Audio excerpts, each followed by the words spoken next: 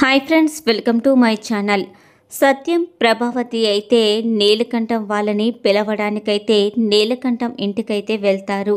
అప్పుడే ఫోన్ మాట్లాడుకుంటూ వస్తున్న నీలకంఠం అయితే తర్వాత ఫోన్ చేస్తాను అని చెప్పేసి ఫోన్ పెట్టేసి అలా నుంచునుంటాడు. వెంటనే ప్రభావతి నీలకంఠం దగ్గరికి వెళ్ళి, అదేనండి, మీరు ఉన్నారా లేరో అని అనుకుంటూ వచ్చాము, అదే అప్పటికప్పుడు రావాల్సి వచ్చింది అని చెప్పేసి అయితే అంటూ ఉంటుంది. అదేంటి, నేను ఉన్నానో లేదో అని చెప్పి రావడం ఎందుకు? ఫోన్ చేస్తే సరిపోతుంది కదా, నేను ఉన్నానని మీకు తెలుస్తుంది కదా అని చెప్పేసి నీలకంఠం అయితే అంటూ ఉంటాడు. ఇంతలో గదిలో నుండి సంజయ్ అయితే బయటకు వస్తాడు. సత్యమైతే అల్లుడు గారు బాగున్నారా అని చెప్పేసి అడుగుతూ ఉంటాడు. ఏ బాగోకపోతే మీరేమైనా ట్రీట్మెంట్ ఇప్పిస్తారా అని అంటూ ఉంటాడు సత్యం. ఆ మాటలకి ఒక్కసారిగా సత్యం అయితే షాక్ అయిపోతూ ఉంటాడు.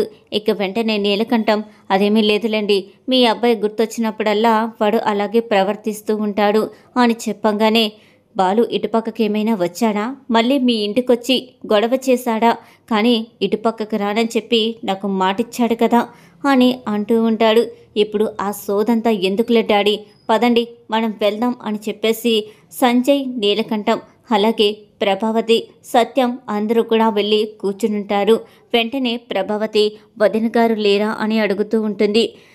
మీరు వచ్చింది మీ అమ్మాయి కోసమా లేకపోతే నా భార్య కోసమా? అయినా ఆ మొద్దుది ఎక్కడుందో ఏంటో, దానికి ఇప్పుడు చెప్తేనే సాయంత్రానికి మర్చిపోతుంది. మీ అమ్మాయి కోసమేగా వచ్చింది, పిలుస్తానులే అని చెప్పేసి నీలకంఠమైతే అంటూ ఉంటాడు. ఇక ప్రభావతి వాళ్ళ ఇంట్లో ఉన్న వాళ్ళందరూ కూడా బాగా రెడీ అవ్వి సోఫా వాళ్ళ ఇంటికైతే వెళ్తారు. ఇక మీనా, బాలు అందరూ కూడా శోభకి నమస్కారం చేస్తారు. మీనా, బాలు అయితే సైలెంట్గా మాట్లాడకుండా లోపలికి వెళ్ళి కూర్చుంటారు. శోభ అయితే రోహిణిని అడుగుతూ ఉంటుంది, ఏంటమ్మా మీ డాడీ వచ్చారా అని చెప్పేసి. వస్తున్నారు అని చెప్పేసి రోహిణి అయితే లోపలికి వెళ్ళిపోతుంది.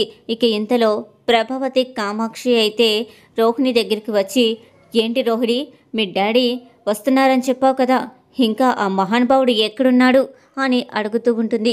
వచ్చేస్తున్నారత్తయ్య, దగ్గరికి వచ్చేసారంట రోహిణి అయితే చెప్తుంది. ఇంతలో విద్య రోహిణి దగ్గరికి అయితే వస్తుంది.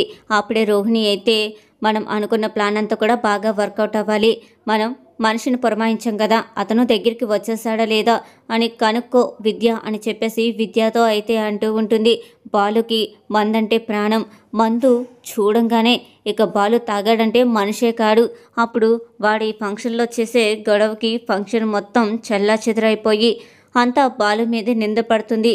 అదే కరెక్ట్ ప్లాన్ అని చెప్పేసి రోహిణి అయితే అంటూ ఉంటుంది. శోభ అయితే సురేంద్రతో ఇలా మాట్లాడుతూ ఉంటుంది, మనం పురమాయించిన మనుషులు వాడిని కుదురుగా ఉంచనివ్వరు, బాలు ఎంత సైలెంట్గా ఉన్నా సరే వాడిని ఏదో కదిలించేసి వాడి చేత గొడవ పడేలా చేస్తారు, అప్పుడు అందరి ముందు అవమానించి బాలుని ఇక్కడ నుండి పంపేయచ్చు అని చెప్పేసి శోభ అయితే అంటూ ఉంటుంది.